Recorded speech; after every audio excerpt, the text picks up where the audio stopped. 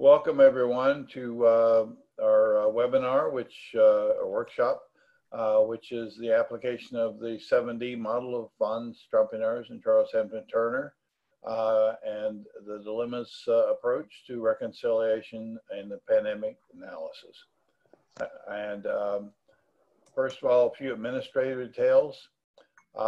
This is produced by the Institute of Culture, Change, and Leadership, and it's a follow-up to the webinar we did a couple of weeks ago, part 2, if you will, and is presented also in cooperation with Charles Hampton Turner and with ISODC.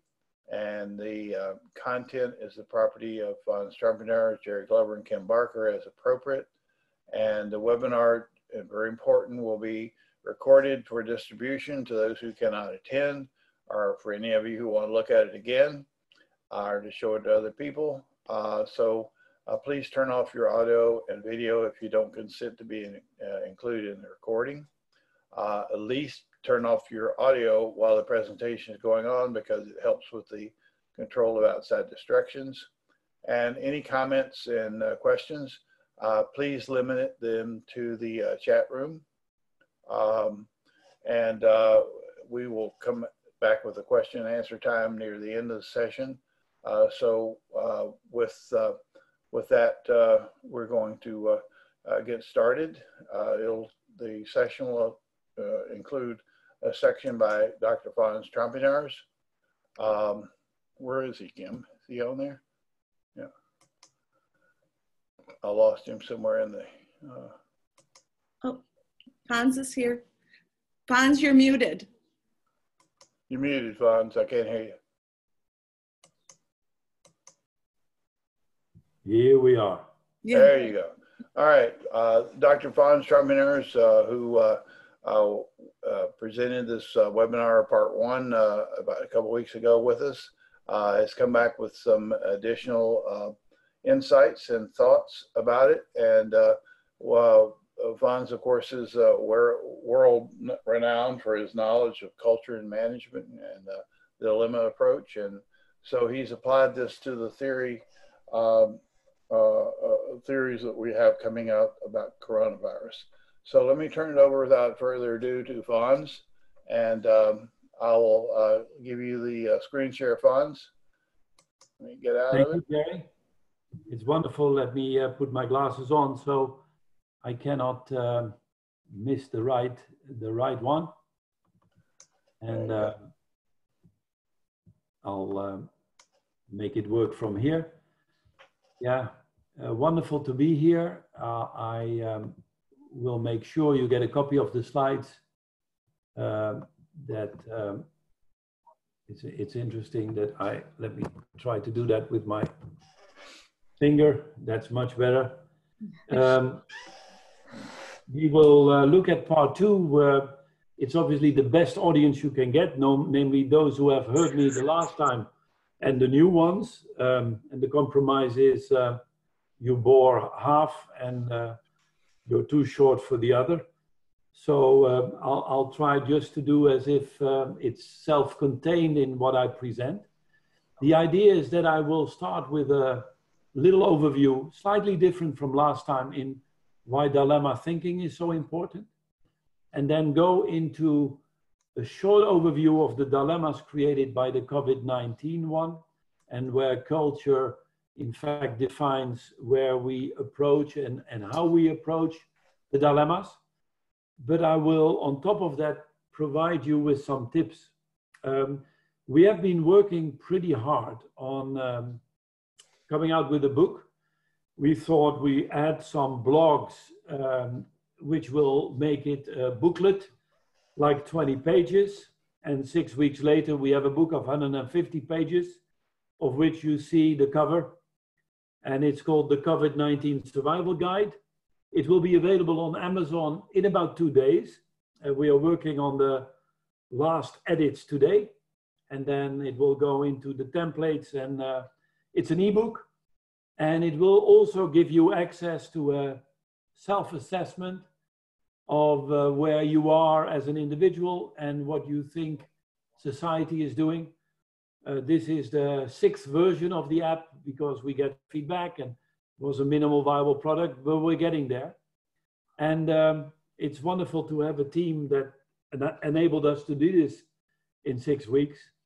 So I hope if you miss something, you go for the reading. Now, the world of dilemmas and how they are approached differently by different cultures needs a little introduction. And the introduction is quite simple, namely that because of the increasing diversity of the world, we are very much incapable of dealing with dilemmas for 2 reasons. Our models are culturally biased and our models are bipolar. The best example is Myers-Briggs. If you score high on thinking, you score low on feeling.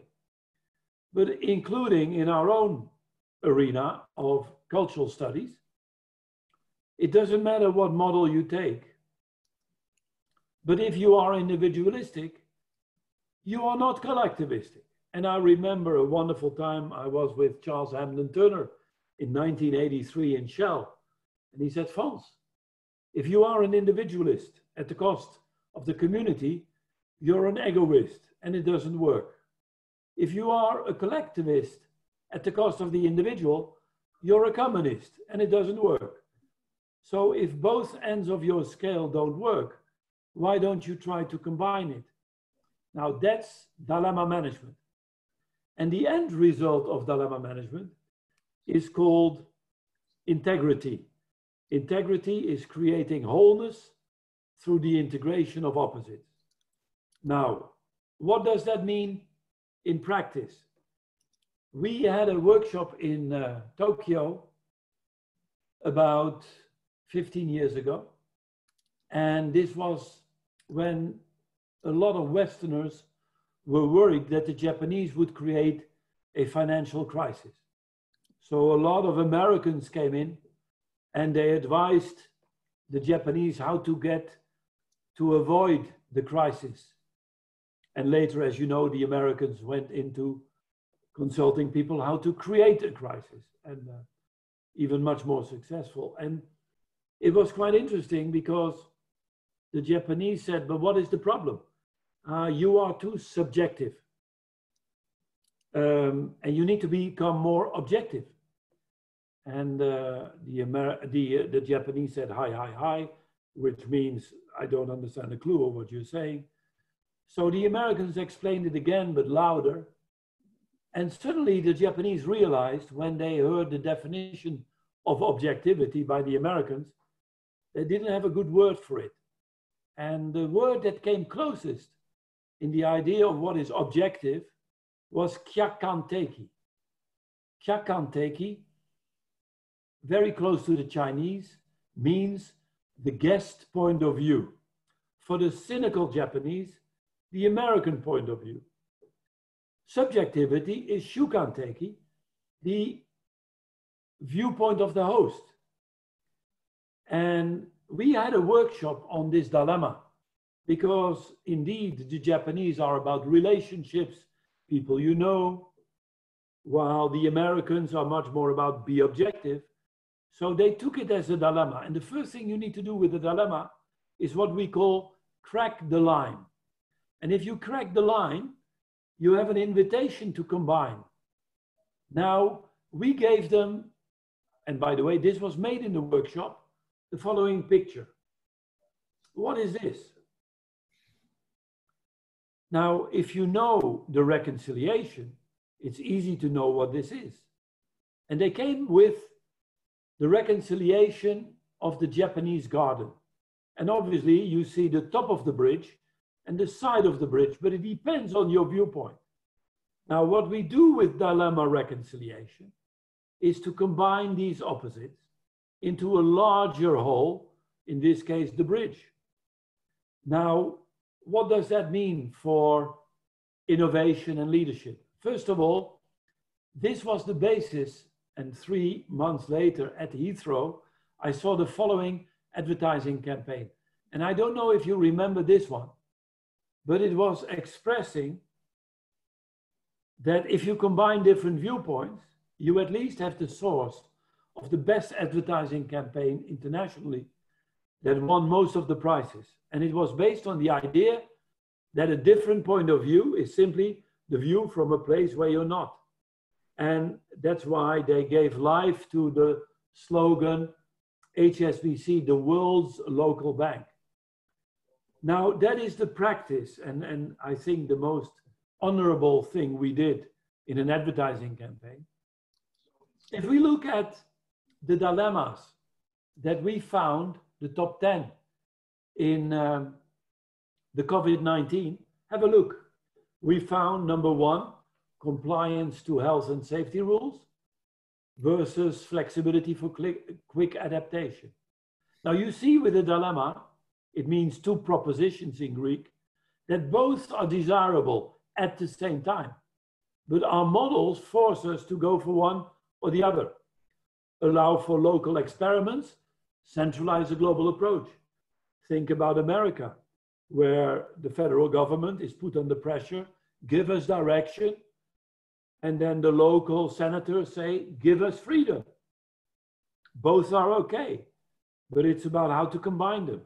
Individual responsibility versus group solidarity, IQ versus EQ, deep specialization versus interdisciplinary approach, digital versus analog, top-down versus bottom-up, health versus economy, short-term results, long-term immunity, inner directed focus, and learning from the environment. We have 23, but I stopped after 10. And they're all relevant. Now, my question to you, and why don't you put it in the chat, what would your first choice be out of those 10? So have a look, and I'll scroll down in the second 5. Just chat and put a number, 1 or 2 or 3 up till 10. So we get a sense of what dilemma I will take more time off to discuss. I'll go to 6, 7, 8, 9, and 10. So Fons, could you repeat the question again? Please, in the chat box, put a number 1 or 2 or 3 of the dilemma that you think is most relevant for you. Okay. So make a choice of your top dilemma.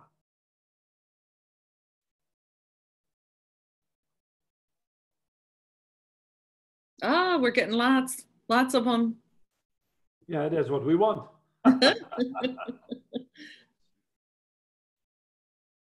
It looks like 1, 3, 8, and 10 seem to be the biggest. 1, okay. 3, 1, 3, 8, 8, and 10. Those are the ones I'm seeing the most. Very good, very good. I keep that in mind when we discuss the dilemmas. And dilemma reconciliation is the art of combining opposites. It's asking the question, what can we do with the economy that supports health? Rather than, are we for the economy or are we for health? Okay? Or what can we do with health that supports our economy? And I'll give you examples in that ballpark. Okay? Now, innovation is the art of combining these values.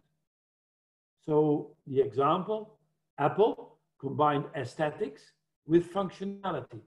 Formula One combines speed with safety, while normally they're separate divisions, even in the car industry. And aerodynamics is the way you take advantage of speed to make the car more safe. Or if you see me driving, and Jerry knows this very well, I drive in a way that all the accidents happen behind me. Now, let us take leadership. Leaders recognize what is a problem and what is a dilemma. Not everything is a dilemma.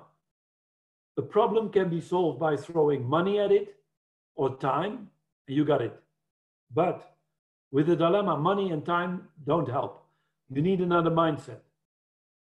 Now, we have some approaches that we follow. First of all, we recognize the dilemma and the values, and very often we use cultural models to do so.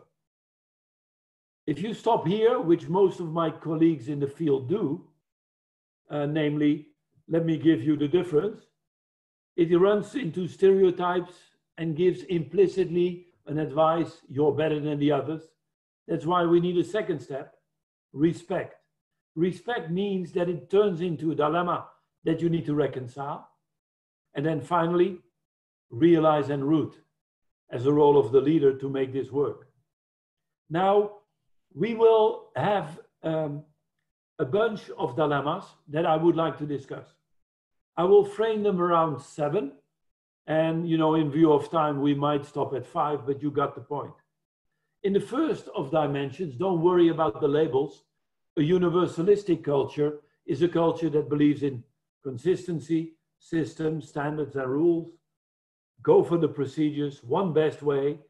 They talk about transparency. Can you imagine that everything is transparent? So you can tell your partner, without makeup, you're really disappointing. And she gets very angry, or he.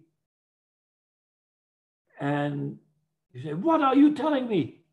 Transparency, the new fashion. Any value taken to an extreme leads to a pathology. So does the opposite.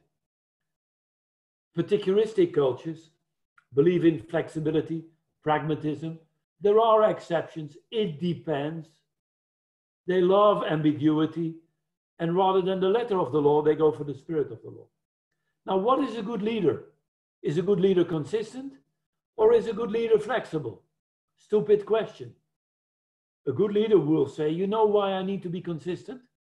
Because it allows me to be flexible. You know why I need exceptions like an error? Because the error can improve my procedures. A good leader combines the two. What we measure also in our cultural studies is what has your preference, the left-hand side or the right-hand side. Now, what is the dilemma that manifests in COVID-19? So for example, do we want a standardized approach, you remember? Or do we want to have a unique approach to almost on the micro level, the patient with a unique treatment? Have a look. If you go for a standardized approach, the exaggeration is one size fits all. You may choose any color as long as it's black. If you go for the customized medicine for the unique patient, it becomes unaffordable. Obviously, the compromise, and avoid the compromise, is the untested vaccine. I think Trump has some wonderful examples there, but I hope he tests it on himself. What we do is, what can we do by looking at the unique patient? It could be a country, the country could be a patient, where we take the best practices that we combine, what they do in Sweden, what they do in South Korea, what they do in New York, combine what you have learned from these best practices into next practices, which you then globalize. So let's take this to the US. If different states have different approaches, like even within a state, Tesla saying, we open the factories again and we don't care about the rules. And even if you put me into prison, my advice would be, go ahead for a week, we'll check you, but let's see if we can learn something from it. And the same for states, so that the federal government is informed by local practices, so they can federally develop a best practice for everyone. Now, that is what we see as a dilemma reconciled. Another one is, do you follow the rules or adapt quickly to circumstances? It's those who have a rule and stick to the rule versus those. Now, we have asked these two separate statements, and we have asked in our app, by now 1,200 people have filled it in. Look at the results. So you see on the vertical axis, follow standard rules and respond to particular situations. You see that in the top right-hand corner are countries that scored high on both. China, the Netherlands, USA, Germany, and Iran, Spain, France, Italy, compromised or are low like Iran on both. Now, what we are trying to do with our research, so please fill in the free app. It's a free app. So we can gather what you think for yourself, what you are doing, and what you think your community is doing. So your country, if you like. And so we can gather more data, more countries, and what have you. We now have 1,200 people. It's still on the hypothetical ones, but we believe, but we can only believe this and confirm this in about half a year, because then we can see the results that companies and nations that combine these opposites are in better shape. I come to some tips. Those cultures that demonstrate a preference for following rules, so they are more universalistic, yeah, they should try to communicate their success so that other people can take advantage of them. The opposite one, my tip would be, try to organize a competitive game between different parts of the organization, if you do that in your organization, that present their best practices to each other. May the best win. And that's how you learn within an organization. There are some other tips, but I don't want to give too many. This is more for your handout, but it's also the tips you get depending on your results in your app. But you don't get them all. It depends on how you score. So for example, run a values to behavior process, which particularizes the behaviors that reflect your values. Go for an overriding purpose, your raison d'être, very important in this process, okay? So if you are doubting about rule versus flexibility, make sure that one overriding purpose is giving the frame within which you reconcile. The other one, individual versus communitarian. These are the differences that we found across the generation. So you see worldwide, 140,000 people filled in a questionnaire where the result is now not by nationality, but by generation. Let me give you one dilemma that is crucial in the dilemma of individual versus group. And that is the dilemma of individual freedom versus group solidarity. You have seen in South Korea and in China that there was immediate group solidarity by the government, no individual freedom whatsoever. But the risk is there is a lot of group solidarity, but there is no group immunity. So the risk that you get a second spike that is even bigger is the pathology of only going for the group. And you have seen this happening 2 days ago in Seoul, where people went out, and now there might be coming up a second spike because they can't retrace and there is no immunity built. If you go for individual freedom, like Sweden, now Sweden is a doubtful case because what they hope is to reach reconciliation within the individual freedom. You respect certain rules of hygiene and social distancing so that the society reminds you of your individual responsibility. And that's a reconciliation. We have tried this in the Netherlands and it's working out pretty well. So the group constrains individual freedom, and in individual freedom, you take the group into consideration. That's called reconciliation. Tips. If you are more an individualistic society, like the US, we advise you to use your strongly feel need for individual accountability for the sake of inspiring other people to collaboration. So as an individual, you remind others that they need to collaborate, and vice versa. And some more tips. Again, more fun for the handout, because I would like to get you some more examples, but use the app and you get those tips. Now, this is, by the way, called co-opetition. The other one is about emotions. Now, let's look at this dilemma and how to reconcile it. In the Netherlands, we had a scientific advice to keep the schools open. Why? Because the virologist said children are less seriously damaged when they get infected. They, at the time, even wonder if they got infected.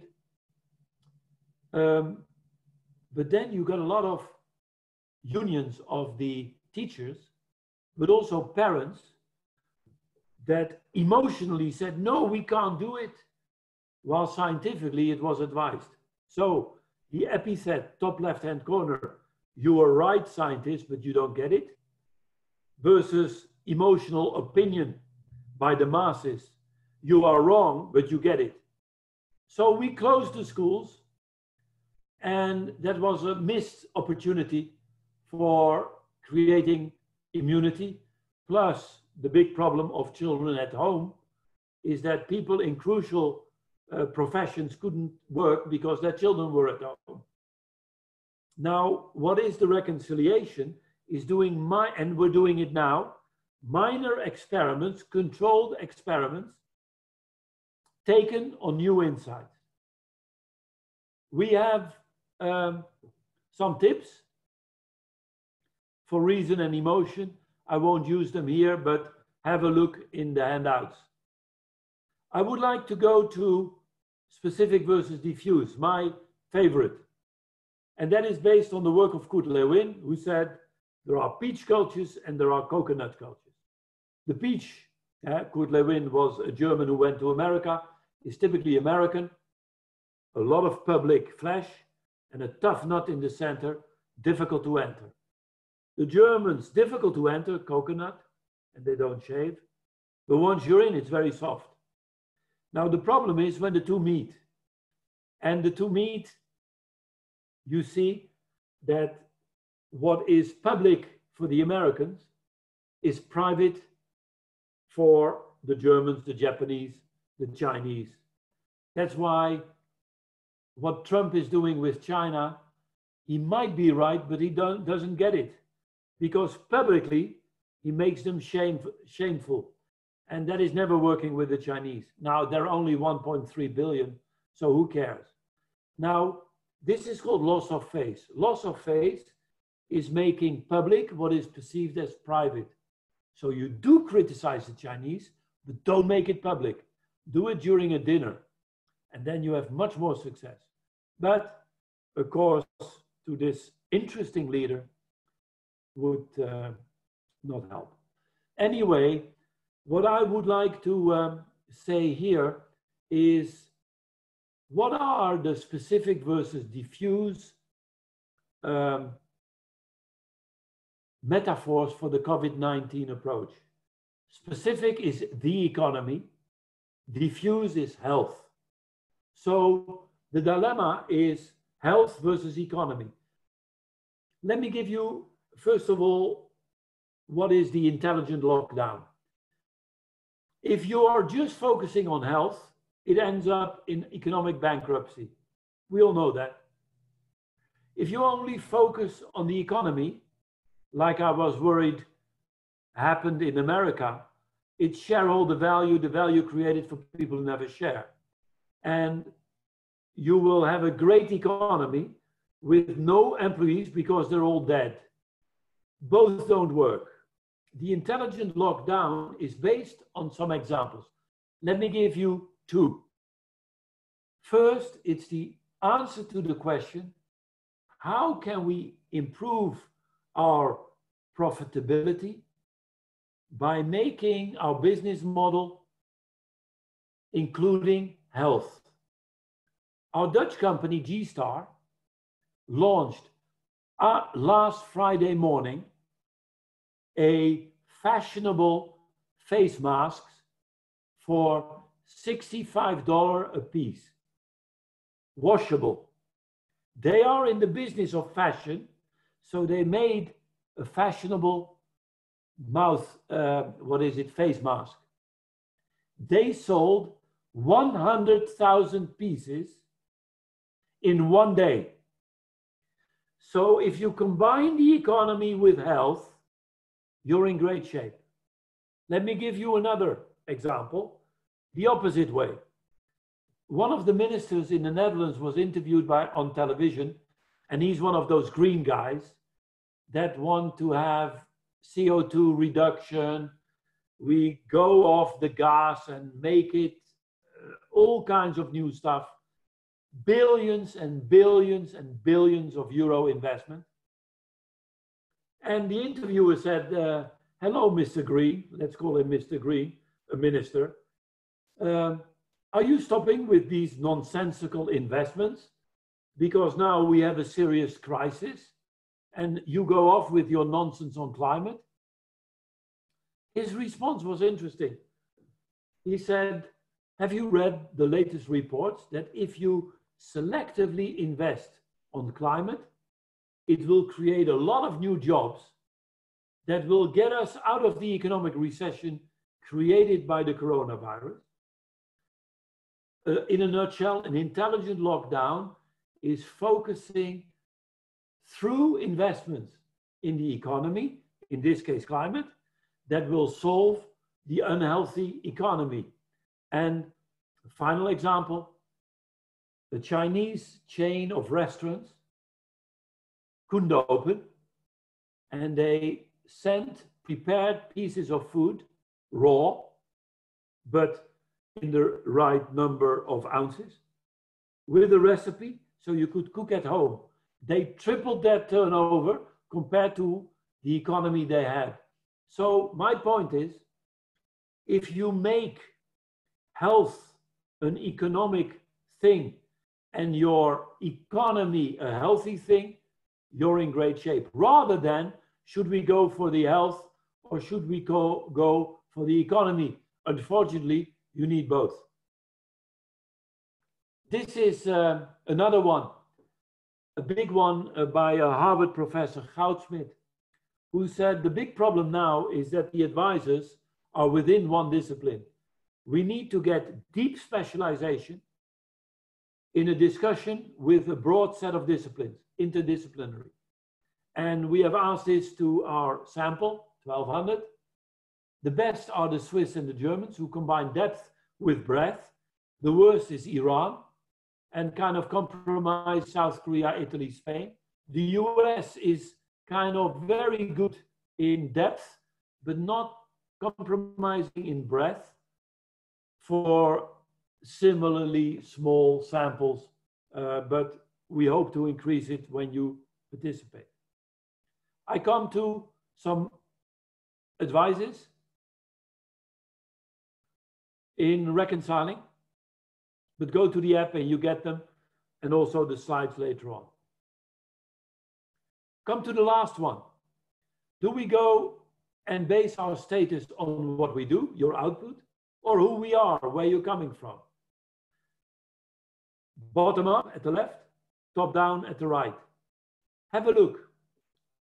This is about achievement, what you do, versus who you are. And we found that a big dilemma in what they call triage. Triage is the final process when you don't have enough IC beds to really help people to survive. And you need criteria according to which you decide who's going to be treated and who's not. I think there were moments, at least in Italy and Spain, but also in New York, where there was not enough to carry about. And it's awful. Now, if you say, listen, people are equal. So first come, first serve. Okay. And I see I'm getting some sun in, so I'll put it a bit in the shade. Good. So we see that if we do first come, first serve, it looks like fair, but you don't discriminate at all. If you say, no, younger people should be helped, then you have another problem, because everybody, and I'm exaggerating, over 18 is not treated. Rolling the dice is the compromise. What we have done in the Netherlands, and I'm proud of it, we had a group of disciplines together, ethical people, medical people, anthropologists, young people, older people, male, female, and they were in a high pressure cooking pan for 1 week, and they had to come out with one document where they all agreed, and there was a veto right. What are the criteria that you can vote on, that you can decide who's going to be treated or not? And that is very fair, because everybody was involved, and it was transparent. They really looked at all kinds of very interesting criteria. And that's now we don't need it yet, but if it's needed in a second spike, we have transparent criteria according to which people decide to be treated or not. I come to the role of the leader. Do we want bottom up as a leader in this crisis? It leads to what they call the Swedish and Dutch disease, lost democratic leadership. If we go to the Middle East, follow the leader with no feedback, and some leaders are beyond the Middle East, you all drop down the cliff. What we need is, in this crisis in particular, the servant leader. And you know, the beauty of America is you get the worst cases, but you also get the best cases. There was a company in America where the CEO said, out of the 400 people, I need to fire 100, otherwise we're bankrupt. Dear 400 employees, on Zoom, 400 employees, come up with a better idea than firing 1 out of 4. The same day, they came back. The top decreased their salary by 40%, the bottom with 10%. In total, they got the 30% decrease of total salary sum they needed, and nobody was fired. The CEO wrote about it. He said, the last 2 weeks, I've never seen so much motivation in my company. Now that's servant leadership. Servant leadership is, I will fire unless you come up with a better idea. They came up with the better idea. And that's the leader holding the ladder for others to climb. What I've been doing, and I'm summarizing now, giving you some examples of dilemmas that came up by interviewing people, by reading the newspaper, and looking at best practices where people have reconciled it. I still see too many people who don't know how to deal with dilemmas. What we offer is a methodology, which we haven't discussed in detail, but it has 6 steps that can help you reconcile dilemmas. And what we're trying to do is, on the basis of the analysis of your organization by our app, is to work with people to reconcile those dilemmas. Let me leave it with here. I can't imagine there are questions. I was so clear today, but perhaps there are some. Thank you very much.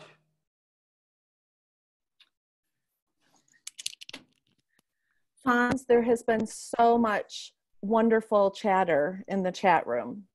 Oh, good.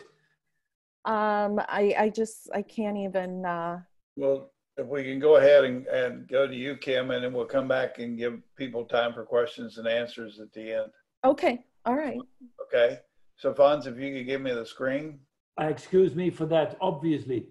Here we go. I really like Roland said, Fons is talking about, could you say it again, Roland? Fonz is talking about instead of being smothered by the issue. Yeah.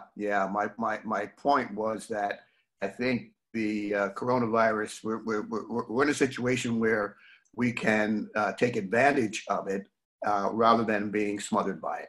I mean, the virus has disrupted our lives. Disruption doesn't necessarily mean that we are going down the drain. If we look at it differently, we can figure out ways to use it to a positive advantage. Thank you, Roland. As usual, highly wisdom expressed. Yes. I fully agree. And you know, and I'm not putting down the suffering of families, but right.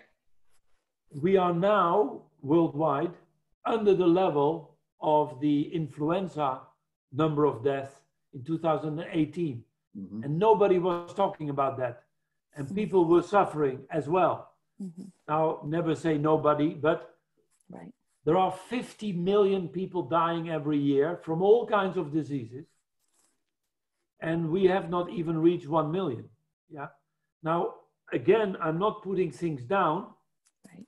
But we will go over this suffering like we have done with many, even influenza 2 years ago, and come out richer in terms of spirit, in terms of, hey, digital is not the solution to everything because we are getting crazy with it, but there are things that we have learned are much better by digital than by analog, right? Mm-hmm. But we also appreciate analog more because we're trying to miss it now, absolutely, et cetera, et cetera. So I fully agree with you, Roland.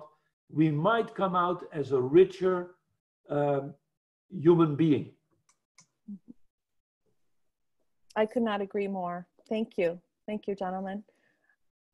I just have a few slides that I'm going to go over. Jerry, could you move it to the next slide, please? Sure. And I think for interest of time, we're probably going to need to summarize all this. And if anyone's interested, we'd be glad to send you the set of slides that we have here. Yep. Because as last time in part one, I found that we had enough to go on for about a week. Yeah. So. And we do have a hard stop of an hour. So I just would do an hour. Yeah. So I want to thank you, Fonz, for your insight and your words. I think that they were just, they brought so much of the issues we're facing to light. The data is evolving daily. There are reporting issues. As Fonz highlighted, there are political agendas, right? There are differences in disease identification. And we all know the story is still being told, right? There are competing values. Are we more health-minded? Are we more business-minded? Are we more people-minded? How creative and innovative are we being? So there's a lot of that going on. But we have made a few conclusions based on the trends. And Fonz did such an excellent job of going over different dilemmas, but there are a few that are highlighted here. That so much stuff here, Kim. Maybe we'll come back to that later. Okay, yeah, I think that would be a good idea.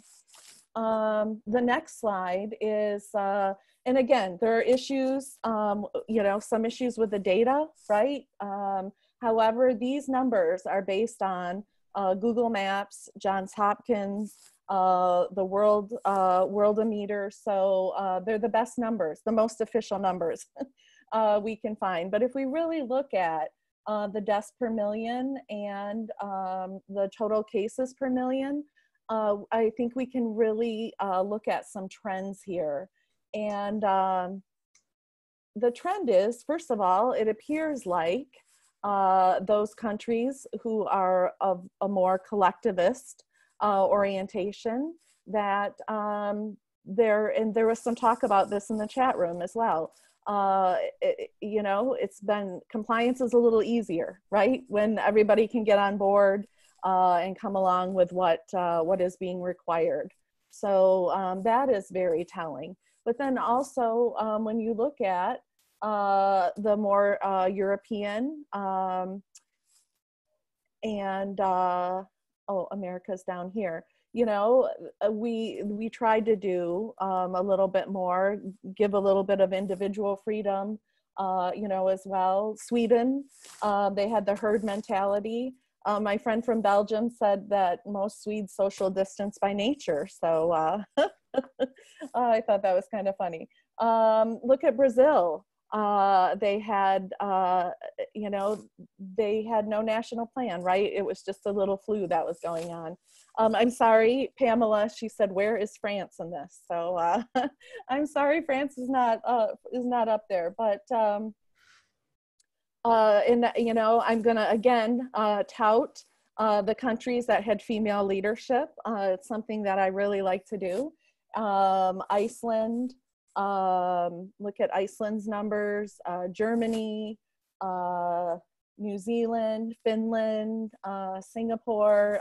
We've had some real success in countries that are held or led by female leaders. Now Belgium's one as well, and you know, the numbers aren't as successful, you know, being led by a female leader. But again, these are just trends that we can look at and see in what way have countries been successful. Of course, hindsight is always 20/20, right? So 6 months from now, you know, we'll hopefully be able to say, oh, this is exactly what worked, what, you know, what didn't work. So South Korea had an early and proactive response, right? And they, you know, but now they're seeing a second wave, right? So these are some national approaches that appear to be worthwhile based on the data. I think South Korea got behind it really, really quickly. Oh, Jerry, can you go back real quick? Iceland had extensive testing. New Zealand, they had a strict quarantine. India, if there's anyone from India on here, I just think that I'm so interested in seeing and hearing how they dealt with we need the to move, situation. Kim, because we only have 10 more minutes. Oh, okay. So, but I do want to say, I do believe we need to become a better society through this all. And I think it's so important that we've had just so many instances, people outside yelling at people without masks on and things like that. So please try to be considerate. Treat others better than yourself. One of my favorite quotes is by Ralph Waldo Emerson, where he says, you cannot do a kindness too soon, for you never know how soon will be too late. So please try to do what we can to become a better society from this. Thank you. Okay, and I'm going to wrap up in about 2 or 3 minutes here of just some highlights. As some of you who were in on the first session that we did 2 weeks ago know, I had tons of data, but nothing to make of it because everything is so fluid and flexible, and we have problems with data reporting. We have all these issues. And the funny thing is, and since the time of the first session we did, several countries have gone completely different from what they were. And so that's the other problem, is it's a constantly moving thing. There are some positive influences. I'm not going to read all these to you. We will send you a recording. That's one of the reasons we do it, because if we get to the point where people want to go back and look at some of these things, we think that's important. I do want to talk about the fact that there are, of course, many things that cause the spread of it. You can see here. But I want to spend my time that I have talking about compliance. As I've poured over this data for the last 2 months, one thing's come up to me, and it's sort of the same point about collective societies and societies in which society is the most important. Obviously, as Fawn says, you've got to find a way that you can reconcile self and society.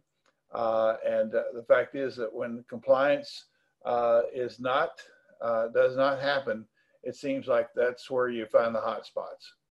that, population density, and some of the transport mechanisms that go on. But compliance is particularly important. And I found that many countries, in my looking at the articles and stuff about the various countries, many countries have policies, but the compliance is limited. So I think that's an important thing to make out of all the data. I'm not going to try to make any inferences about the data because I think it'd be very, very hard to do at this point. And so some of the things that are patterns that are culturally determined, we've probably discussed in our sessions. Certainly closeness, the population density of New York City with the subways and the transport systems and so forth, very much to influence. Household structure with more than one generation, 3 generational families. Cultural patterns like handshaking, hugging, and high fives. Events with crowds and gatherings, including sports, religious ceremonies, and so forth. Workplaces in close quarters, workplaces that have individual offices and so forth might be less of a problem. The travel I mentioned, the automated technology, putting your hands and fingerprints on things, and of course the elevators that you find, for example, in New York City, a great example of where you can spread a disease.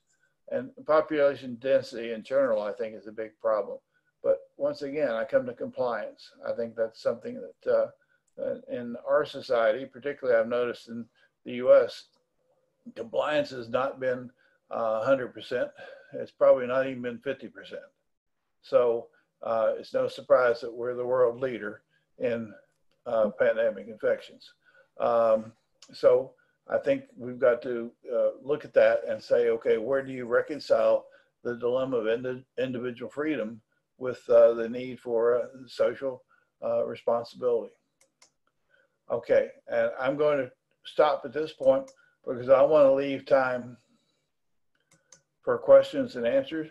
I'm sure, particularly for Fonz's workshop and portion, and that there'll be some more questions. And so if anyone has a question and want to pass it on, and Kim, could you take care of that?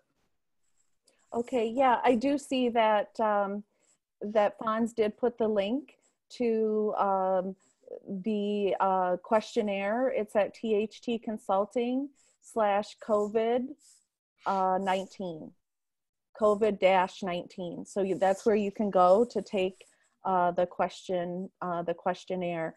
And when I send this link out, we will also be including not only this replay, but also the link to the book that Fonz is coming out with, which will be available to purchase online. So there should be a lot of good stuff here.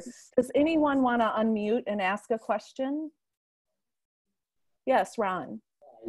And great presentation, and you know the achievement versus the ascription, I thought was a really good point. You know, we've had leaders in the past that have risen to the occasion when crisis happened. You know, now it seems like we haven't seen that. We've seen several countries doing different things. It's still kind of flip-flopping around, but as far as what's going to, Kim, you made a note that I saw that said how to get better sooner.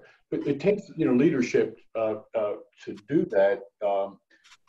You know, Angela Merkel, I think, is, if who would you guys think? I don't know. Angela Merkel, I think, is probably, considering she's not even really supposed to be there, it seems like she's been probably one of the best leaders in this whole pandemic. But so what's the question? My question: what's needed to go and do that? How do leaders, or what should leaders be doing differently or to surface as to the occasion and go forward? And Fonz, you mentioned, okay, servant leadership, and I'm all about servant leadership, and I'm thinking of how that can apply to, say, a leader at this stage to go and advance forward and to take us to where we need to be. can, in the short period of time, can you give a couple of points as far as that? Like, how would servant leadership, again, I'm looking at some of the leadership that we have in place now across the world. Andrea Merkel, I don't know, she's the one that would be my vote. Ron, I don't want to just tout the ladies, because I think there are some excellent men who are leaders as well. But Harvard Business Review had an excellent article on the female leaders. And it talked about how they have acted with urgency. They've communicated with true transparency, right? They've engaged in constant updating. I think communication is so key to managing anything, including a crisis. And, tapping into that suffering to build meaning and momentum. And I think that, I can't remember what it was called. It was called "What Good Leadership Looks Like During This Pandemic." Yeah. That's my question. Yeah, right. Yeah. So, so you might want to Google that. It was just a really great article. Vaughn? Okay. Yeah. Vaughn, did you have some response? Yeah, very much in line with what Kim was saying. But for me, it is a leader that is very transparent about the reasons why he or she took that decision. Yeah. Listening, therefore, very well, because you cannot be decisive and just get it out of the air. So bringing different parties together is another one, because it's very risky only to listen to one group and ignore the other group. So all aspects that servant leaders do. It's combining decisiveness by involving people and obviously the right people. And Kim, you were saying transparency is so crucial in this stage. I had a meeting this morning of this kind in India, from Amsterdam, and they were so proud of Modi. And the people from India said, because Modi is giving very regular press conferences, by the way, not pissing off the journalists, but really answering questions. And the transparency was so much, even if it's bad news, it was transparent, and they loved it. Yeah. Final point, by the chat, I saw a reference to the Prime Minister of New Zealand, unfortunately a woman, but she's damn good, I'll tell you. Another good example of a good female leader. By the way, in our research, there is a high correlation between gender and servant leadership, with an advantage to the gender side, being female. Recognize that. Okay. Yeah. Right. Yeah, I want to give up. Yeah, go ahead. Somebody else. I know we're running out of So time. our friend Lena. One more question. Lena has said, true leadership is listening to the experts and getting out of the way. Very good. And I just really like and communicate clearly about what those experts say. Yeah. But I would add to that multiple experts, because the risk, if you only listen to the medical people, with all due respect, but you might get too much in one direction. Like if you only listen to the economists. It's the dialogue that you need to stimulate. One more question.